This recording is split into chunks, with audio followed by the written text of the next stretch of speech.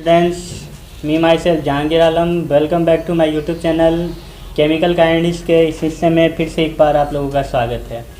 जैसा कि इसके पहले वाले वीडियो में अरेनियस समीकरण की चर्चा हुई थी, अरेनियस समीकरण के बारे में हम लोग जाने थे। अरेनियस समीकरण में k बराबर ए ई के power minus A by R T होता है, इसके बारे में हम लोगों ने जान चुका है। अब आगे हम लोग पढ़ते हैं। जैसा कि आपके बोर्ड पे दिखलाई दे रहा है कैटालिस्ट क्या है, उत्प्रेरक क्या है। तो दोस्तों, उत्प्रेरक क्या करता है, उत्प्रेरक का काम क्या है? तो अभिक्रिया के वेग को परिवर्तित करना। उत्प्रेरक एक ऐसा पदार्थ है, उत्प्रेरक एक ऐसा पदार्थ है जो अभिक्रिया का वेग को क्या करे, प्रभावित करता है, यानी बढ़ा देता है। जैसे मान लीजिए कि अभिक्रिया धीरे धीरे हो रही है, स्लो हो रही है, तो अभिक्रिया के वेग को क्या करते, बढ़ा दे। जैसे मान लीजिए कि आप अपने दैनिक लाइफ में एक एग्जाम्पल दे के समझते हैं हम लोग कि अगर आपको कोचिंग जाना है, आपका कोचिंग आपके घर से 7-8 किलोमीटर दूर है। एक बार आप पैदल जाते हैं तो कुछ समय लगता है, और एक बार आपको बाइक दे दिया जाए, आप बाइक से जाए, तो दोनों में क्या चेंजिंग होगा? तो आप देखेंगे कि अगर पैदल जा रहे हैं तो ज़्यादा समय लग रहा है, और बाइक मिल गई तो अगर बाइक से आप जाते हैं अपने कोचिंग तो कम समय लगता है। ठीक है दोस्तों, तो यहाँ बाइक जो है, बाइक का कार्य क्या है? तो हम देखें कि बाइक का कार्य ये है कि समय को कम कर दे रहा है, ठीक है ना, यानी कहने का मतलब आपकी रफ्तार को बढ़ा दे रहा है। तो ठीक जिस प्रकार ये हमारे जीवन में है, ठीक है, जिस प्रकार हम कोचिंग जा रहे हैं तो ये हमारे समय को कम कर दे रहा है और हमारे रफ्तार को बढ़ा दे रहा है। ठीक उसी प्रकार उत्प्रेरक जो है अभिक्रिया के दर को प्रभावित करता है, यानी अभिक्रिया के वेग को, दर को बढ़ा देता है, उसी को हम लोग उत्प्रेरक कहते हैं। लेकिन एक बात और है, अभिक्रिया समाप्ति के पश्चात इसके गुण या मात्रा में कोई परिवर्तन नहीं होता, और ऐसा भी नहीं है कि आप किसी अभिक्रिया में उत्प्रेरक को डालते हैं तो उसमें कोई चेंजिंग, प्रोडक्ट में कोई चेंजिंग आने वाला है। ऐसा कोई बात नहीं है, प्रोडक्ट में कोई चेंजिंग नहीं आता है। बस केवल बस इतना ही है कि वह जो है आपके अभिक्रिया के वेग को, दर को ही प्रभावित करता, और कुछ नहीं करेगा। उसके प्रोडक्ट में कोई चेंजिंग नहीं आएगी। हाँ, जो प्रोडक्ट कम समय में बन रहा था, यानी कि स्लो रूप में प्रोडक्ट प्राप्त हो रहा था, उसकी रफ्तार बढ़ा देगा, बस, और कोई परिवर्तन नहीं होता है। तो उत्प्रेरक का कार्य यही है। उत्प्रेरक क्या है? तो हम लोग जाने कि उत्प्रेरक एक ऐसा पदार्थ है जो अभिक्रिया के दर को क्या करे, प्रभावित करे, परंतु अभिक्रिया समाप्ति के पश्चात उसके गुण या मात्रा में कोई परिवर्तन नहीं होता है, उसी को हम लोग उत्प्रेरक कहते हैं। ठीक है दोस्तों, देखिए हम लोग ग्राफ देख के समझते हैं। संक्रियण ऊर्जा के बारे में हम लोग पढ़े थे, ठीक है। तो देखिए ये दो अक्ष ले लिए हैं, एक एक्स अक्ष, एक वाई अक्ष। एक अक्ष पे हम लेते हैं अभिक्रिया निर्देशांक, ठीक है दोस्तों, अभिक्रिया निर्देशांक, और वाई अक्ष में लेते हैं ऊर्जा। जैसा कि हम लोग एक्सीलरेशन एनर्जी वाले ग्राफ में खींचे थे, क्या था कि यहाँ पे अभिकारक का ऊर्जा लेवल था, और अभिकारक जो है एक पथ को तय करते हुए पीक पे जाता था, उसके बाद प्रोडक्ट बनता था, प्रोडक्ट यानी कि उत्पाद बनता था। और ये जो पीक है, इस पीक को हम लोग क्या कहते हैं, मध्यवर्ती कहते हैं, या इसको हम लोग सक्रिय संकुल भी कहते हैं। क्या? सक्रिय संकुल। अब देखिए कोई भी अभिक्रिया जो है इसी प्रकार होती है, यानी अभिक्रिया में अभिकारक होता है। अभिक्रिया में एक्टिवेशन एनर्जी वाले वीडियो आप देखिएगा, सक्रिय ऊर्जा वाला जो इसके पहले जो वीडियो था, यानी कि केमिकल काइनेटिक्स का जो 13वां हिस्सा था, पार्ट 13 जो था, उसमें एक्टिवेशन एनर्जी की, यानी कि सक्रियण ऊर्जा की चर्चा की गई थी। तो उसको आप लोग देखिएगा, वहाँ पे इस ग्राफ को बढ़िया से बताया गया है। तो होता क्या है कि वहाँ पे हम लोग चर्चा किए थे कि अभिकारक कहाँ जाता है, मध्यवर्ती की ओर जाता है, और मध्यवर्ती की ओर पहुँचाने में हमको एक ऊर्जा की खपत होती है, और उस ऊर्जा को हम लोग क्या कहते हैं, संक्रियण ऊर्जा कहते हैं। यानी अभिकारक का ऊर्जा लेवल ये है, ठीक है दोस्तों, और मध्यवर्ती का ऊर्जा लेवल ये है।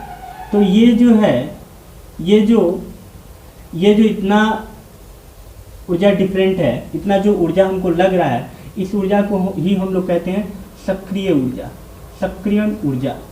ठीक है दोस्तों, सक्रियण ऊर्जा हम लोग पढ़े थे कि वह न्यूनतम जो ऊर्जा जो अभिकारक को मध्यवर्ती में पहुंचा दे, उसे हम लोग सक्रियण ऊर्जा कहते हैं। तो अभिकारक से प्रतिफल प्राप्त होने में हम लोग देखे थे कि अभिकारक से मध्यवर्ती बनता है, उसके बाद क्या बनता है दोस्तों, प्रतिफल बनता है। तो अभिकारक से मध्यवर्ती बनता है, मध्यवर्ती से प्रतिफल बनता है। यही हर अभिक्रिया का वास्तविक पथ होता है।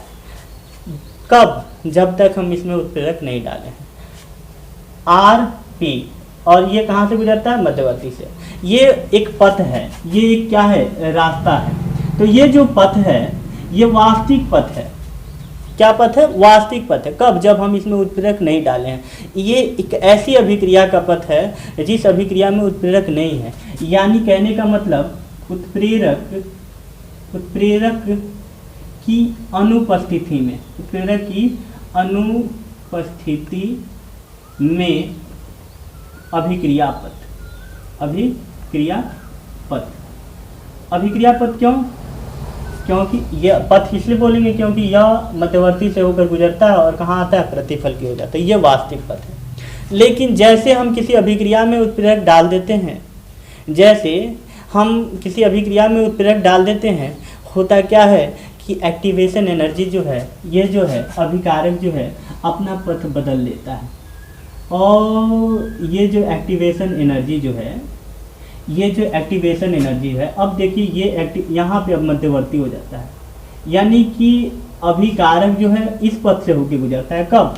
जब आप उत्प्रेरक डाल लेते हैं। यानी ये वाला जो पथ था उत्प्रेरक की अनुपस्थिति में, यानी हम जब उत्प्रेरक नहीं डाले थे उस वक्त ये अभिक्रिया का पथ है। लेकिन जैसे हम उत्प्रेरक डालते हैं तो हमारा पथ जो है चेंज हो जाता है। ठीक है ना? चेंज हो जाता है। ये जो पथ है ये कौन सा पथ है? तो उत्प्रेरक की उपस्थिति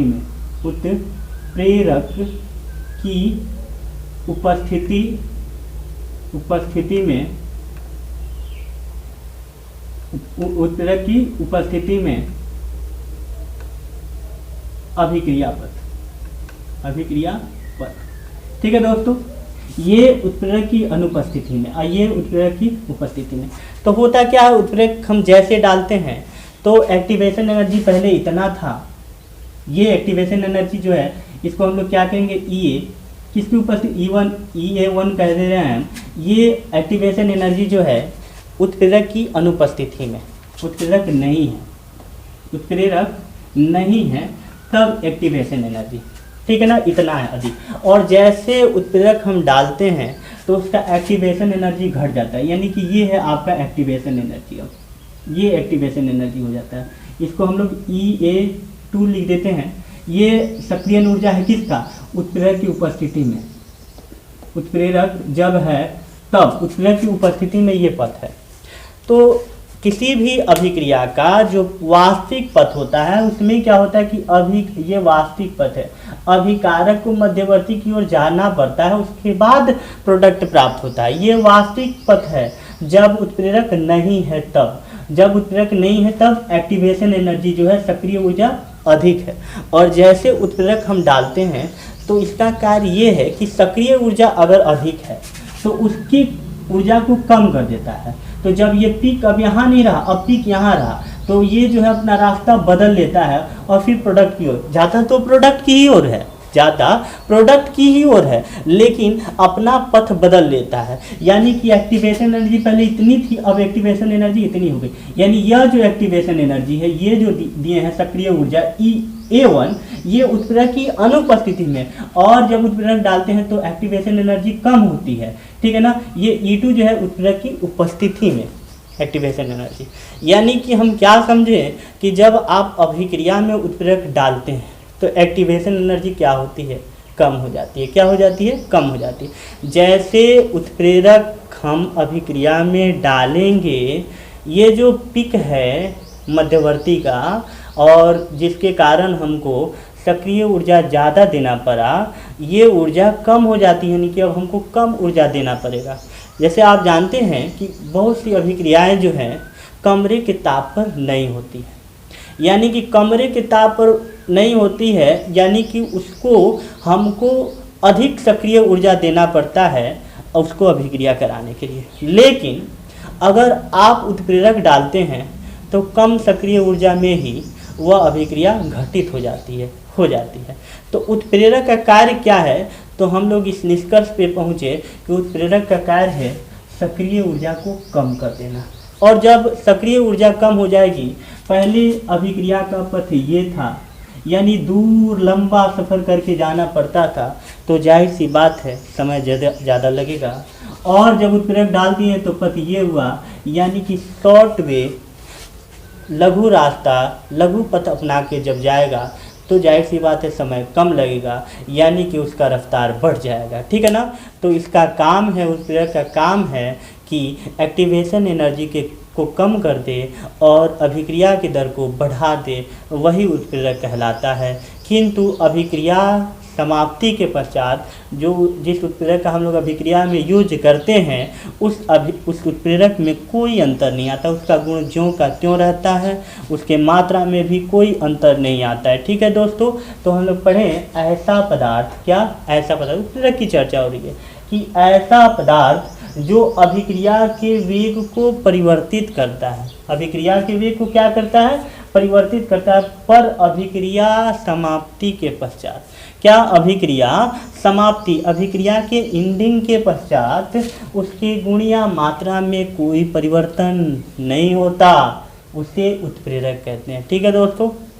उत्प्रेरक अभिक्रिया के लिए एक वैकल्पिक पथ प्रदान करता है। इसका अर्थ समझिए, वास्तविक पथ ये है, वास्तविक पथ लॉन्ग टूर, ये लंबा टूर है, ठीक है। लेकिन उत्प्रेरक जैसे आप डाल दीजिएगा, उत्प्रेरक अभिक्रिया को एक जाना तो प्रतिफल के पास ही है, प्रोडक्ट पी वाले हिस्से पे ही जाना है, लेकिन जैसे उत्प्रेरक डालते हैं यह उत्प्रेरक इस अभिक्रिया को एक वैकल्पिक पथ प्रदान करता है, लघु पथ, समझे।